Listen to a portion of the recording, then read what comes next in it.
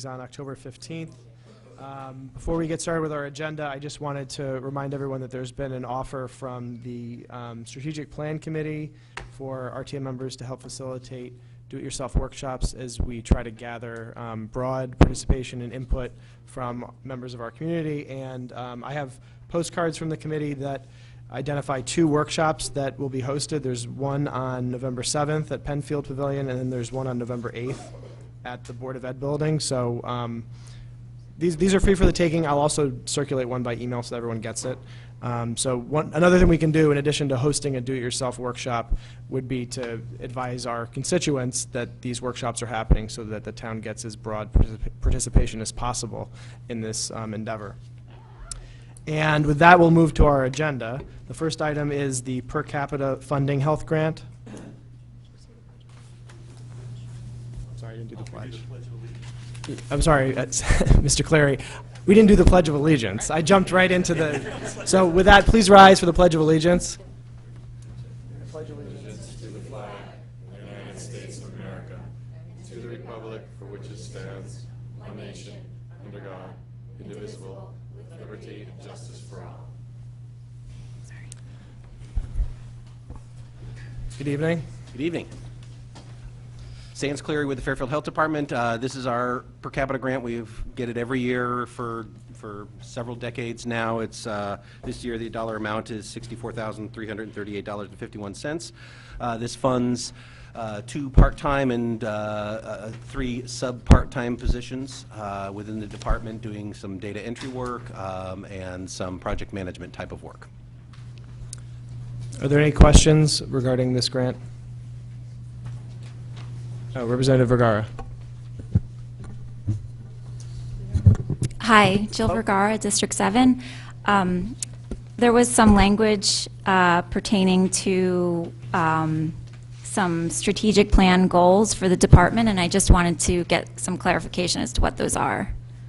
So currently we're working on a new strategic plan. We're looking at what we're doing there. So we had finished our previous 4-year strategic plan.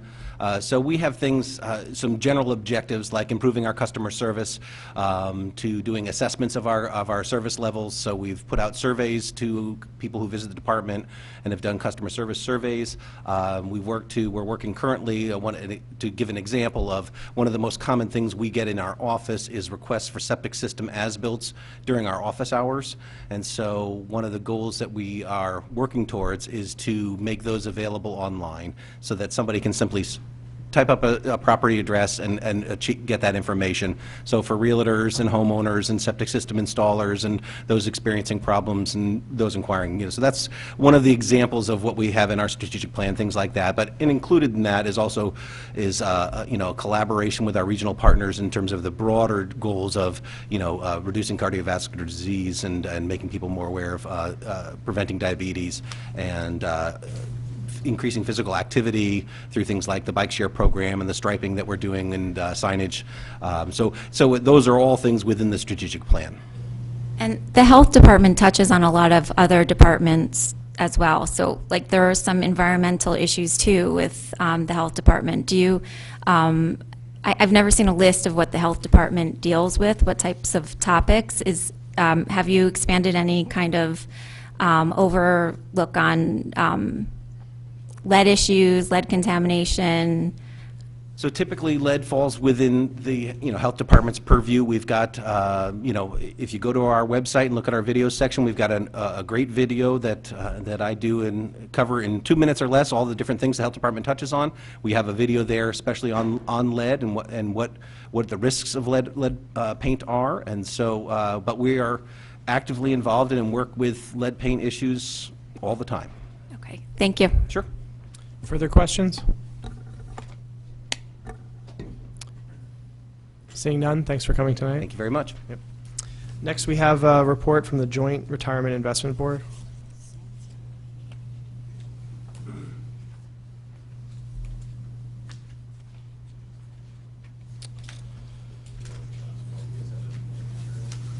Yes, we have them, either hard copy or an extra copy. Yeah, when it's here. I can do it on the top. There you go. Brian. I'm sure we can get you a copy. Hi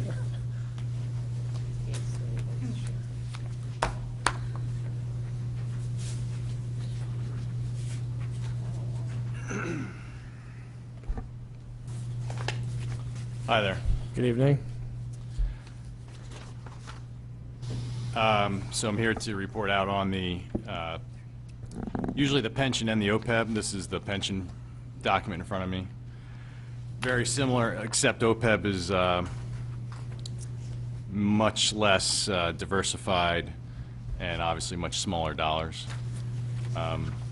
You have in front of you the June 30th, the end of the fiscal year. It actually is, it's gone up since then, as you would expect, due to the returns from since this summer. We're sitting at about 400 million. And the OPEB is approaching 40 million, so about 440 million. Of course, the last 2 days probably had a negative impact. But if I could walk you through the pages here.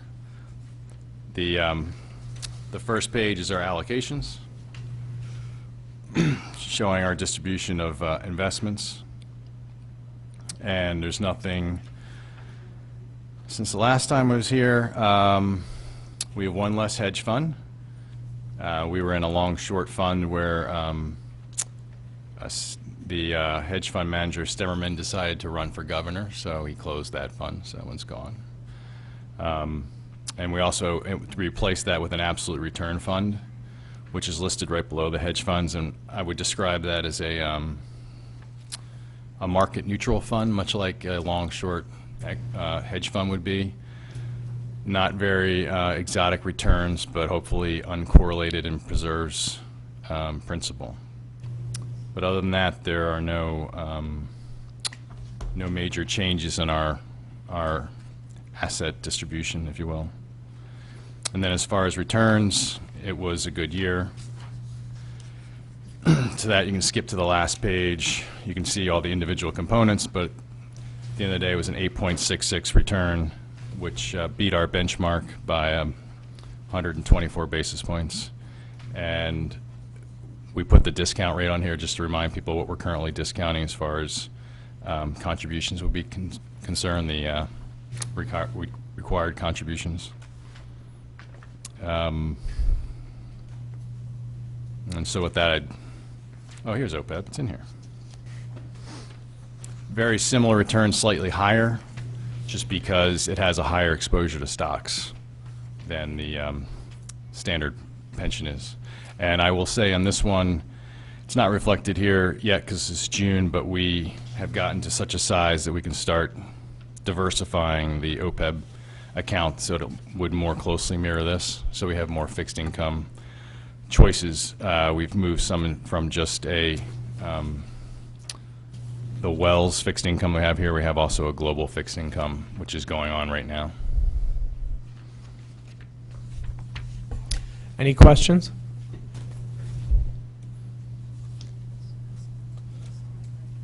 Seeing none, thanks for coming and thanks for the report.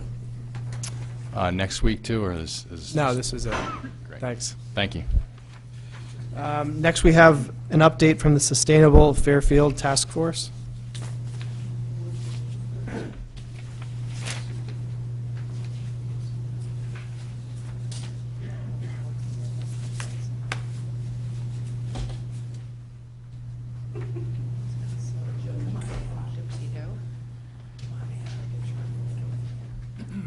Hi. Hi, Mary Hogue and Bob Wall from the Sustainable Fairfield Task Force to update you on the Sustainable CT Accreditation Program. As you recall, we came before you to get approval to participate in March, and we did participate. We had to submit by end of August. Sorry, August. Oh yeah, there you go. And we are happy to report that we were awarded a silver, which is the highest level that you can get this year. We were also told that we got the most points out of all the towns in Connecticut, which got to just put that in there.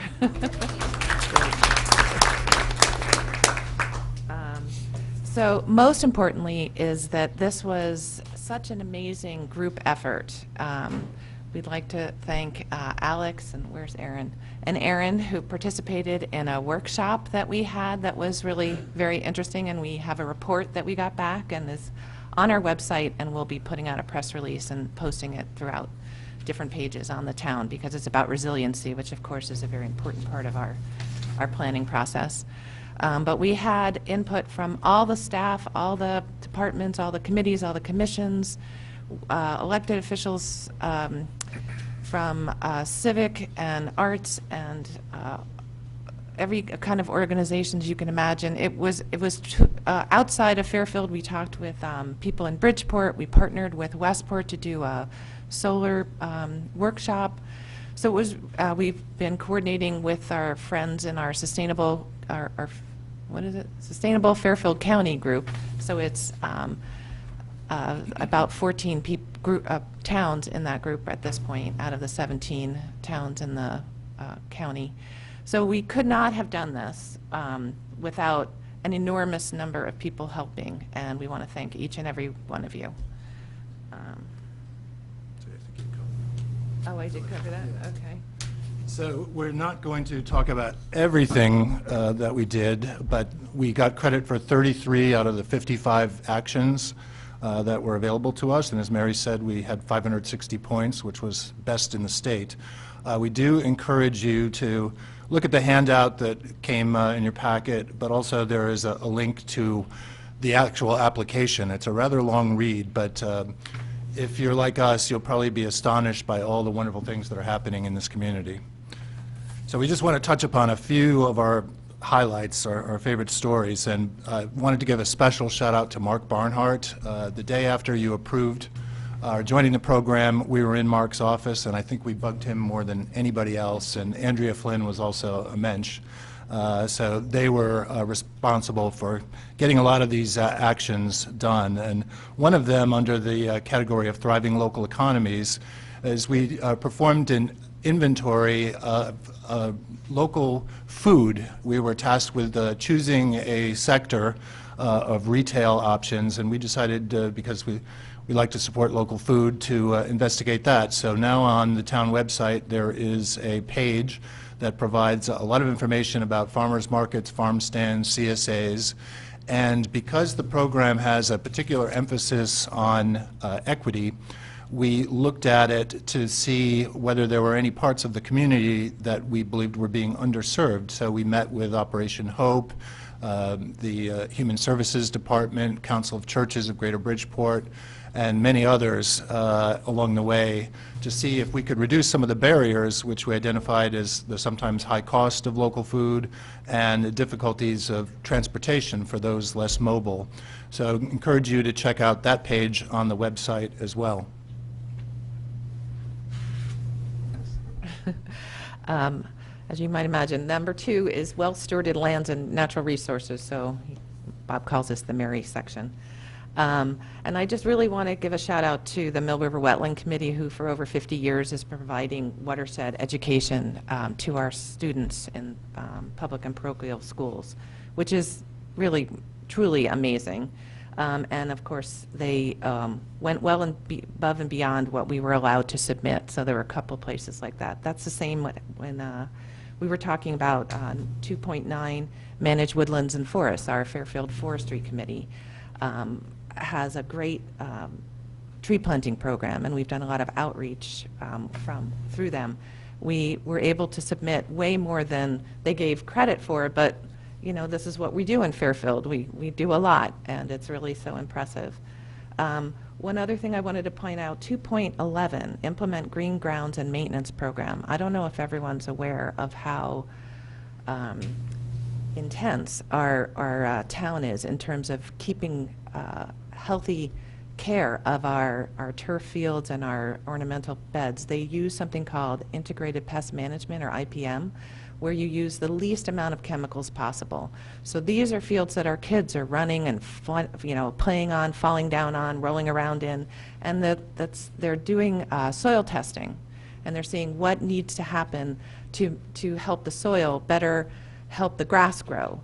And it's all natural, and they're trying as much as possible to do that sort of maintenance versus any kind of chemical maintenance. And I think that that's a really important thing that most people in town don't realize that our DPW staff does. So I just wanted to point that one out. So how many of you knew that we had a Fairfield Arts District? All right. We definitely have signage that there's a Fairfield Arts District. We were unable to find any act of the RTM or any other official body designating this district, so we took the liberty of helping to define it through the amazing Experience Fairfield CT website, which identifies many different art options that are in the downtown district, and through a little creativity extending up to the Fairfield U to get their museums and art space. So that's very cool. If you haven't seen that website, we encourage you to go visit Experience Fairfield CT. Dynamic and resilient planning. Again, you know, there is the information about the local foods, but we also, again, I wanted to mention the workshop that we did, that we assessed the climate vulnerability. I think that that's something that, as we all know, has affected Fairfield in the recent past and certainly will in the future. And I think that the proactive planning is a hallmark for our staff in terms of the work that they do, and I think they really should be applauded for that. I think the POCD, the Plan of Conservation and Development, that's being worked on, the transit-oriented development workshops, or the TOD workshops that people are getting information about, the Strategic Planning Committee, the Fairfield Senior Advocates, all these groups are working towards trying to, you know, proactively work towards our future along with all our elected officials. So I think it's really impressive that we're doing all of that. Okay, under transportation, the biggest news for us was recently, and it was actually after the application was due, the Board of Selectmen unanimously approved a complete streets policy for the first time. And this is the culmination of several years of effort spearheaded by the Bicycle and Pedestrian Committee, but with key input from the engineering, health, police, and other departments. So it's a very forward-looking document, and it's going to be exciting as we face redevelopment opportunities around the town. And we also want to mention Fairfield's commitment to cleaner forms of transportation, and recently we held our 4th annual EV showcase, and this year expanded to include other forms of sustainable transportation like ride sharing, commuting options, and so forth. But it was well attended, lots of really cool cars, and Brian Farnan kind of hugged the electric, what was it? The bike, and what was the other thing you were riding? Little cart? The little go-kart or something? Yeah, nobody else could get a ride thanks to Brian. Oh, it is a golf cart. and this year, for the first time, the event was held at Fairfield Ward High School, right underneath the solar carports, which was a very cool backdrop. Moving on to efficient physical infrastructure and operations, the one thing I want to share is that there was an action for renewable energy systems, and the program allowed you to submit 20 forms maximum. Problem is, we have 30 renewable energy systems on municipal properties, so we kind of blew up the whole machine. We had to get somebody to compress it into one document. So we're doing a lot of great work, and although this wasn't part of Sustainable Connecticut, I wanted to mention for any representatives who are representing Southport or the Post Road District, we are currently engaged in a campaign with UI and Connecticut Green Bank to promote solar and battery backup storage. The purpose of this pilot case is to see if we can reduce the amount of electricity used there so they can avoid expensive upgrades to the infrastructure in the future. I'll be talking about that later. I did mention, oh no, I didn't mention, sorry. That's my problem, I'm on the wrong page.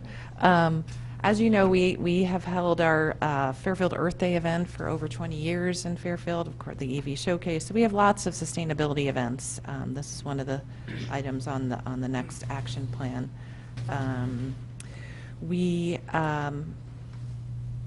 I want to give a shout out to the Fairfield Cares Group. One of the items, 7.10, encourage smoke-free and tobacco-free public spaces. They have done an amazing job over the years working together with a consortium of people to help our students better, be better educated and protected from too much advertising or too much pushing to get them to smoke or to vape or other things. And that's something actually that the PTA Council just had their monthly meeting, and that was their special topic. So this is something that's important to Fairfield.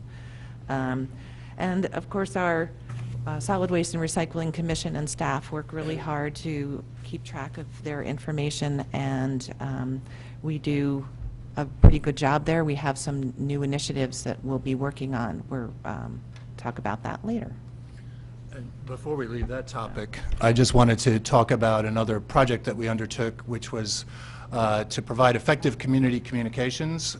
So we performed an inventory of all the channels through which the town communicates with constituents, and it was pretty staggering to see how much information is out there. But we also applied the equity analysis to this, and some concerns emerged. The Code Red system is up and running, but there's still a significant percentage of the population that has not signed up, so we want to figure out how we can reach more people. Otherwise, we wanted to see if we could explore new ways of communicating with people for whom English is not the first language, and we're pleased to discover that the town's website does have a Google Translate feature with over 100 different languages available. So we want to see that move into the schools' websites as well. And anything else we wanted to talk about? That okay. So, but it's something that I think bears, perhaps an ad hoc committee to explore how we can communicate more effectively. There's a lot out there, but sometimes it seems like almost too much. So one thing we wrote about was coming up with a quick start manual so people could decipher all the different information that's on the website if they don't know where to find something. We want to get people aware of what's going on and participating in activities such as meetings like this. Representative Pristilli. Sharon Pristilli, District 3. I see on here we haven't highlighted this yet. 7.8, develop a food waste reduction campaign. Has there been any exploration of municipal composting? Well, I don't have the details on when it's going to start, but there are plans to do a compost pilot program this fall is the plan. We're hoping to get 50 people to sign up to try it out. We're still working out the details, so that's about the most I can tell you on that front. Representative Parham. Hi, Cindy Parham, District 2. Thanks for your report, and I know that you have been to our Kiwanis meetings and talked about what you do in the town, and it sounds like tenfold since that we last heard from you. And that's great. I had a question. You mentioned 14 out of 17 towns have a sustainability task force, and I was wondering if you knew the 3 towns that didn't participate, just for information. I don't know them off the top of my head. It's not important. I just I wondering think if it's they were actually, local. I think there are 23 towns in Fairfield County, so I'm a little okay. off. No problem. But we presented to MetroCog and WestCog, and then there's one in a separate cog. So it's a little confusing to talk about counties and cogs because we're kind of confused about how we manage ourselves in All right. Connecticut. Well, again, congratulations. Thank you. Yes, I am this one. Oh, so Bob and I attended a Sustainable CT workshop on housing, and we worked with, as I mentioned in the past, we worked with Community and Economic Development, with Fairfield Senior Advocates, with Fair Plan, with, I can't read my notes, so I don't know what I said. Oh, conservation, planning and zoning, of course. And we wrote a very long, comprehensive kind of explanation of where we are with our housing, where we hope to go at this point. But again, because we're working on our plan of conservation and development, there's a lot of things up in the air, and I really encourage everyone, both here and at home, to participate in any of these meetings, because the POCD has to be updated at least every 10 years. So this is a 10-year window that we're talking about. It's not just next year. So this is an important thing. And again, this was another equity kind of part of the application. And just the reason we keep pointing that out is because sustainable CT, obviously, it's very important that everything has a sustainability component, but they also stress that everything should have an equity component. And in order to get a silver accreditation, we had to do at least 3 equity toolkits, that's their terminology, but we had to show how we really investigated particular topics on an equity level. So we did the housing, the communication, and the local foods. You can skip to.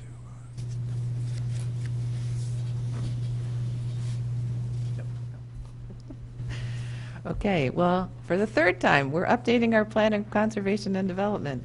And we really hope that along with resiliency is the sustainability of, and then from my explanation of sustainability, I promote it as in terms of finding efficiencies. You know, how can we keep going? And we have to find efficiencies to make it easier to keep going. So how can we make it cheaper? How can we make it easier? How can we make it less time? How can we make it better for the environment, for our health? So, so we are encouraged that we're working on the plan of conservation and development, and looking forward to all the work that's going into it. Another thing that we're doing is we're looking into the SMART program, which is from Dept. So SMART, another finding efficiencies is, what is it? It's easier to just describe it as a pay-as-you-throw program, so typically... No, but it's save money and reduce trash. That's Yes, why I okay. like that. Go ahead. If only we could remember. You want to... Go ahead. What? Go ahead, No, you no, started. seriously. Oh, it is mine, I know, but you started. But the reason I bring it up in terms of efficiencies, because it's to save money. It's to save, you throw out less trash, you save money by having to process the trash, to transport the trash. It's a big change, so again, it's sort of like the compost pilot. It's in the very early stages. Probably won't be something that you'll see very soon, but it is something that we're looking into, and we have a lot of support from the DEP on that one. Yeah, and SMART is a practice that is widespread in northern New England, as well as the West Coast and many cities and countries throughout the world, and it's been, proven spectacularly successful in reducing garbage and increasing recycling. So there's a lot that the town can save if we kind of figure out the economics among all the different parties. The last thing we want to mention is that 5 years ago, our task force developed an energy plan for the town. We're pleased to report that many of the goals have been realized, but now it's time to do an update.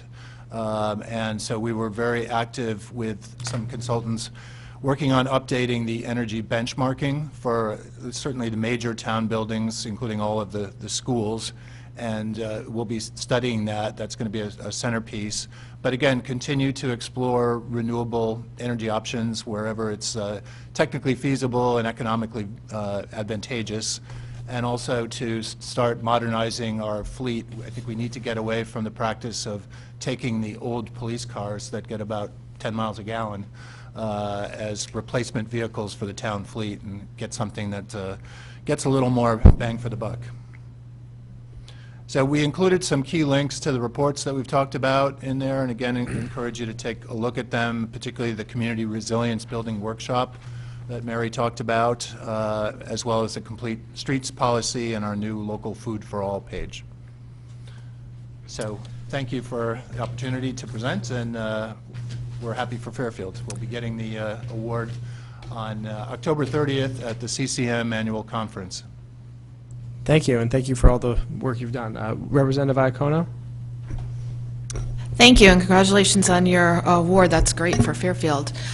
Two things. One, Representative Pistilli mentioned the compost, and I think she and I were on the same Facebook page talking about seaweed. And in Florida, they the city of Fort Lauderdale, I know, is one of them, but there are other towns in Florida that actually collect the seaweed on the beach and they sell it. And it's composted and recycled and used for different things. I mentioned that to Joe Michelangelo. He said there hadn't been too much of an interest in the past with that, but maybe that's something that, you know, your committee would be interested in looking into. As I segue into, all of these are really wonderful ideas, but they also sound pricey in terms of, you mentioned getting rid of our whole police fleet and recycling them and those types of things. We do that to save money. I realize that the first purchase point maybe would be a different police vehicle, so as you pass them down it gets better. But I'm just wondering what types of things you're looking at to offset the costs of implementing these things, if there are costs, or maybe there aren't any costs at all. Well, certainly there are costs to purchasing a vehicle, but as with anything, including buildings, we think it's important to use a life cycle analysis. So don't just be scared off if something costs more initially. You have to look at what it's going to cost over the lifetime of the vehicle. And we're just saying if it does make sense, and you have to take other factors into what benefits might be achieved, then we should consider those options. Representative Gale. Hi, I'm Hannah Gale, District 6, and I just wanted to thank you for all your work. It is so exciting to me to learn that all of the grass areas in Fairfield are being maintained in such a environmentally friendly and health-friendly way. It's just really, I'm really grateful. I'm a kind of a news junkie, and I was just wondering if you happened to see that there was an article in last week's New York Times about the rat explosion in the state of Maine, and that just composting techniques that had encouraged rat populations had become a real problem there, and I just wanted to alert you to that as a potential issue. Yeah, that has come up in our discussions, and we are definitely including that in our thought process. So, yeah, that's not. Representative Pastilli. Sharon Pastilli, District 3. I wanted to go back to the comment regarding replacing the fleet. And one thing that I happened to notice when we were reviewing the budget for this year was that the transportation line item in many departments was very large, and that was due to the fuel inefficiencies of the vehicle. So it's definitely something to look at. Further questions? Representative Vergara. Hi, Jill Vergara, District 7. Thank you so much for all of the work that you're doing on this. You mentioned greening our town buildings, and one issue is that many of our town buildings are in historic districts. Have you engaged with the HDC to figure out whether they can loosen some of their regulations? Not yet, but we apparently will be very soon with this new pilot program, which is called Connect Sun. And it turns out that about 15% of the houses in the Southport circuit are within the historic district. But to our pleasant surprise, there already are provisions in the HDC's guidelines regarding solar. And I know there's somebody in this room. For solar, not windows, though. So I know quite a few people, residents, who have tried to change their windows and save money and also improve things for our environment, and have been disabled from doing that by the HDC. Yeah, I think as with everything, it'll be a balancing act. We certainly respect the historic character, but have to look at the rights of the homeowners as well as others' rights to enjoy the history of the buildings. Any other questions? Seeing none, thanks for coming and thanks for the update. Thank you. Next, we have the Town of Fairfield and United Public Service Employees Union contract.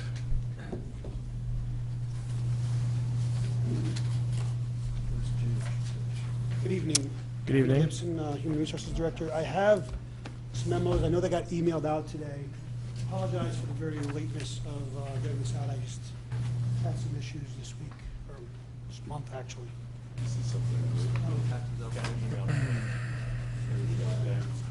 Oh, this is what was in the email. Yeah. Thank you. I think that's good stuff.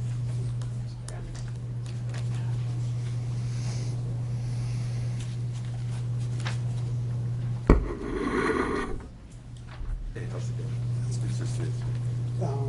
you could. I have it. Thanks. I printed it. Thank you. I'm all set, Emmett. Thanks.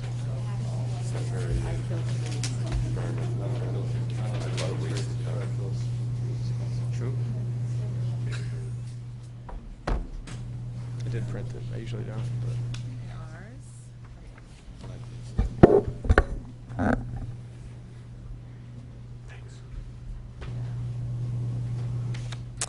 Good evening. Good evening. Thank you, and again, I do apologize for the lateness of this document. So what you have before you is a tentative agreement with the THEA Collective Bargaining Unit. THEA stands for Town Hall Employees. It represents the non-supervisory, permanent clerical, administrative, and professional employees working 20 hours or more for the town of Fairfield. They're generally in almost all the departments throughout the town, and there is currently 80 budgeted positions and 80 filled positions in the bargaining unit. The contract before you has a 4-year term, first year of which has passed. So it will run from July 1, 2017 through June 30th, 2021. Beneficial to the town in that one of the things we've done with, quite frankly, all the agreements I've brought to you so far, we've kept the wages at 2%. So the wages for this contract are 2% for each of the years for you. The contract itself, or the bargaining unit itself, has a base salary of about $5,135,200. What's not in here, the overtime. This is not a high overtime earning unit. There was about 57,000 total last fiscal year for the entire bargaining unit. Going to healthcare. We have the high deductible health plan. This is the only bargaining unit in the town that is in that plan. We maintain them in the high deductible health plan, so it's not a POS type plan, which the other bargaining units have. So employees in this bargaining unit remain in the high deductible health plan while they're active, and then while they're retired until they turn 65.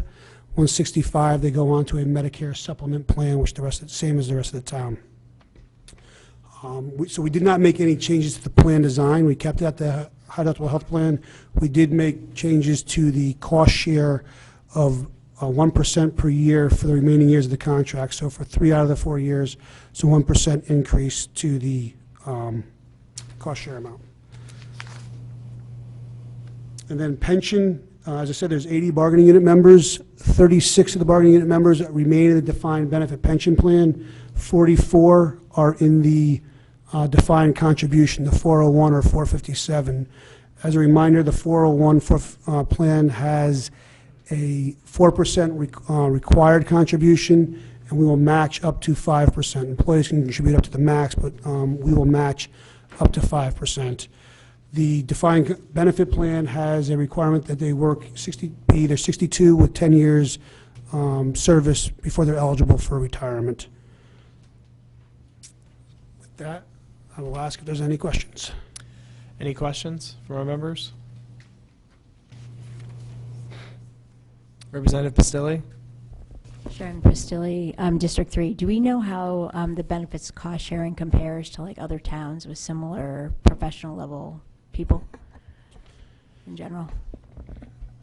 Well, this is not just professional, it's clerical also. As a matter of fact, so one thing that's on the back of this, well, let me answer your question directly. So for a high deductible health plan like ours, our cost share is fairly comparable. So the POS plans are generally run around 13-14% for a cost share. High deductible health plans, these are around the 10-11%. The difference is these plans are about $8,000 to $10,000 cheaper per for the family plan. So this plan here, I believe is $20,000 total for a family plan, whereas our POS plans run about $27,000. So that's 9.5% that they're currently at, going to 10.5% is within the realm of what's out there with the rest of the state. So if you look at the last page of what I handed out, I did a breakdown of the positions that are in this bargaining unit the pay grade that are in the bargaining unit and the number in each classification. The pay grades run from grade 1 through grade 12. Most of the clerical positions are 7 or below, and of that, there are about 60 people in the 7 or below category, and then you'll see some of the more professional positions are your 8 through 12, and the remaining 20 members of the bargaining unit are in those positions. I've also attached a proposed wage grid on the page before that, which shows the current year, or the current grid, which is the 16-17 fiscal year, the 17-18 grid, which is obviously would be passed, and then the 18-19 grid would be the current grid that would go into effect should this contract be approved. Any other questions? Representative, we'll do Representative Messina, then Representative Tallman. Sorry, Peter. Thank you. All right, I'll take it. Good evening, Christine Messina, District 8. I was just wondering, why is this the only union in that healthcare plan? We originally were trying to go this way, go to the high deductible health plan, and then there was a decision to try and move people to the state plan. So we kind of abandoned this plan after the THEA. THEA was the first contract to settle in the last cycle of contracts, so before I got here, and so the decision was to keep them in. We weren't going to move back to a POS plan with this bargaining unit, and we have not been successful yet in getting the state plan for the other bargaining units. But that's our goal, in all honesty, is eventually to get to that state plan. Representative Tallman. Hi, Peter Tallman, District 8. The pension plan for the 401A, you match up to 5%. Is that a dollar for dollar match? For the 5%, yeah, it's dollar for dollar match on the first 5%. Okay, thanks.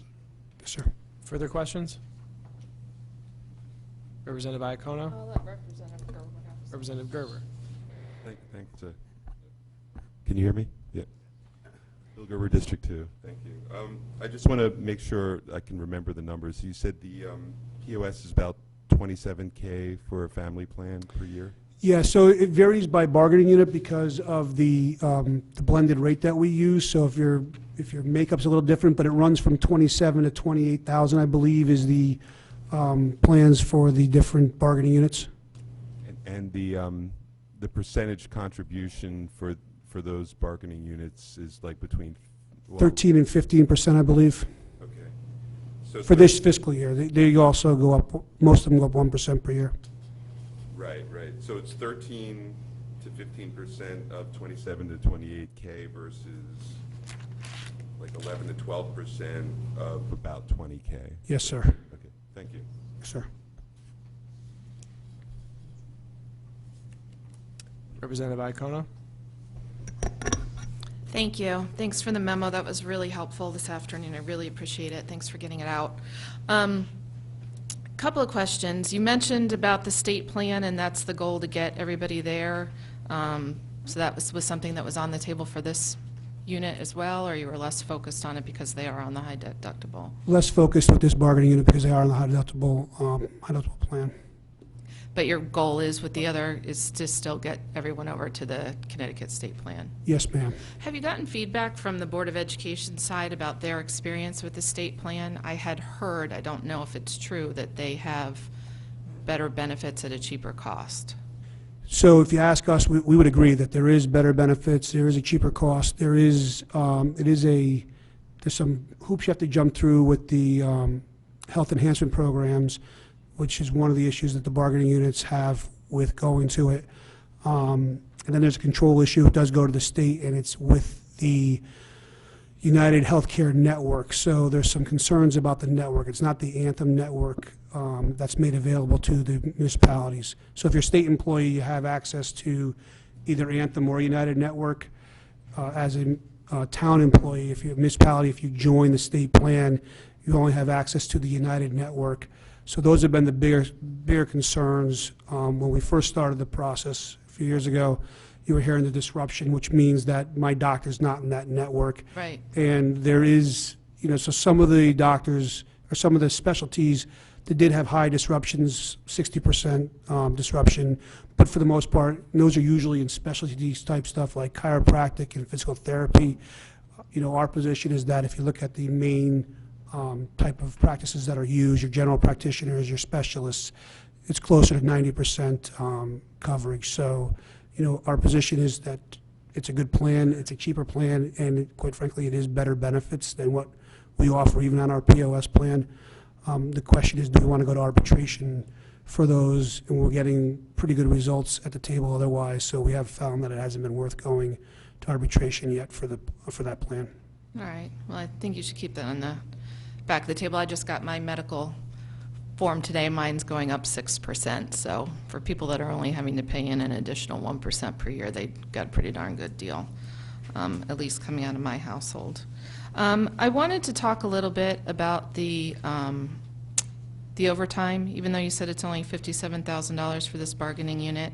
Yes, ma'am. And something that is of concern to me, it's been a concern to me for a while, and I've expressed this a couple of times on the floor of the RTM.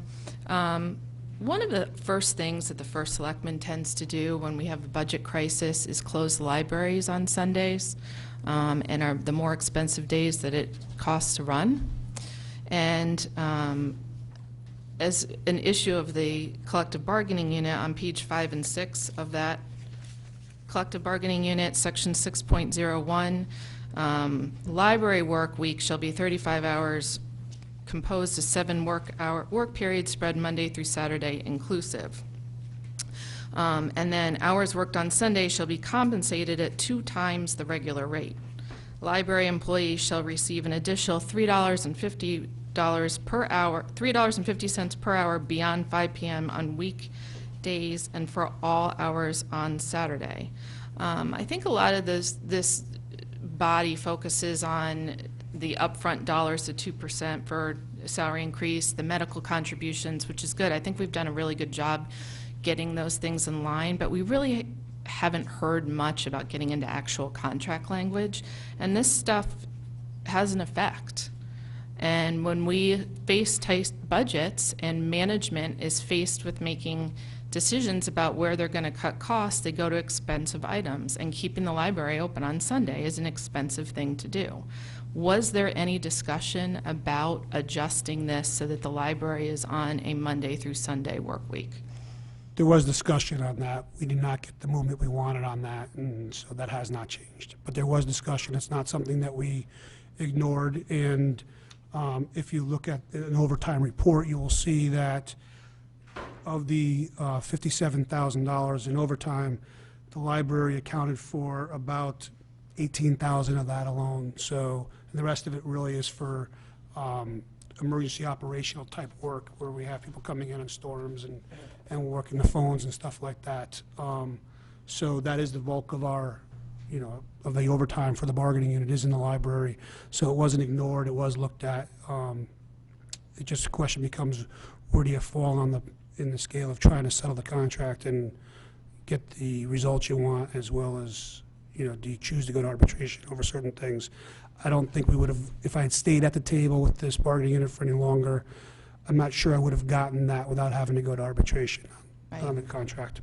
And that's actually good to know. Thank you for that information. I had tried to seek that out during the budget process, and it never really fully came to light on what some of those savings were. So $18,000 might be de minimis. Maybe the first selectman would consider looking elsewhere for reducing costs instead of always looking at the library to do that, if that's really what that OT line is. Thank you for that information. Thanks for your work on this. Yes, ma'am. Further questions? Seeing none, thank you. Thank you. That concludes the joint presentations, so we will now break up into our subcommittees to discuss. Please find your chair.